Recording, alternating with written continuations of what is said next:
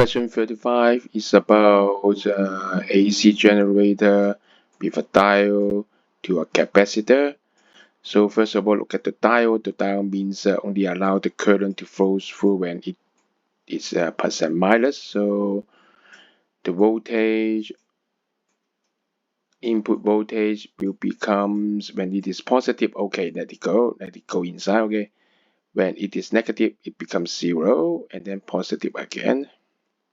So in a period of time, only half of the time it has a voltage input to the capacitor. It means that only half of the time it's charging. So first of all, the capacitor will be charged up.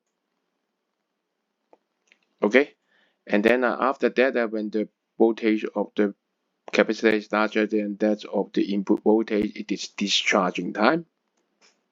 Discharging. So after this from discharging time, so the voltage of the capacitor drops until here, and then charge up again, and then discharge, and then charge up again.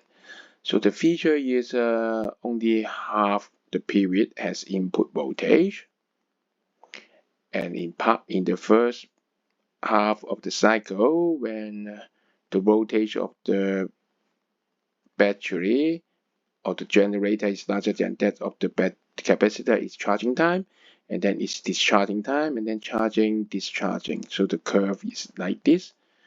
So what is the answer? The answer is B. The feature is half the cycle has input voltage.